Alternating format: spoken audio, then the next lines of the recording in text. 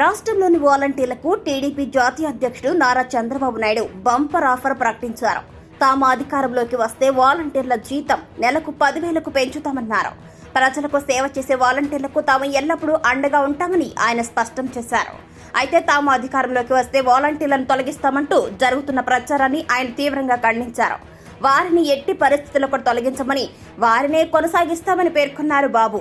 మంగళవారం మంగళగిరి టీడీపీ కేంద్ర కార్యాలయంలో ఉగాది వేడుకలు ఘనంగా జరిగాయి. ఈ వేడుకల్లో ఆయన పాల్గొన్నారు. ఈ సందర్భంగా చంద్రబాబు ప్రజలకు, టీడీపీ శ్రేణులకు ఉగాది శుభాకాంక్షలు తెలియజేశారు. అయితే ఎన్నికల వేళ లబ్ధిదారులకు పెన్షన్ పంపిణీ కార్యక్రమానికి వాలంటీర్లు దూరంగా ఉండాలని ఎన్నికల సంఘం స్పష్టమైన ఆదేశాలు జారీ చేసింది. ఆ క్రమంలో లబ్ధిదారులకు ఏ మాత్రం ఆలస్యం కాకుండా పెన్షన్ అందేలా చర్యలు చేపట్టాలని ప్రభుత్వ ప్రధాన కార్యదర్శి జవహర్ రెడ్డికి టీడీపీ అధినేత చంద్రబాబు నాయుడు లేఖ రాశారు. అందుకు అనుమతించాలంటూ రాష్ట్ర ఎన్నికల సీఈఓ మీనాకు కూడా బాబు లేఖ సైతం రాయడం జరిగింది. కానీ పెన్షన్ కోసం సచివాలయానికి వెళ్లిన పలువురు లబ్ధిదారులు మృత్యువాత పడ్డారు. ఈ నేపథ్యంలో ఈ మరణాలన్నీ కూడా టీడీపీ అధినేత చంద్రబాబు నాయుడు కారణంగానే జరిగాయంటూ అధికార వైసీపీ ఆరోపణలు గుప్పిస్తోంది.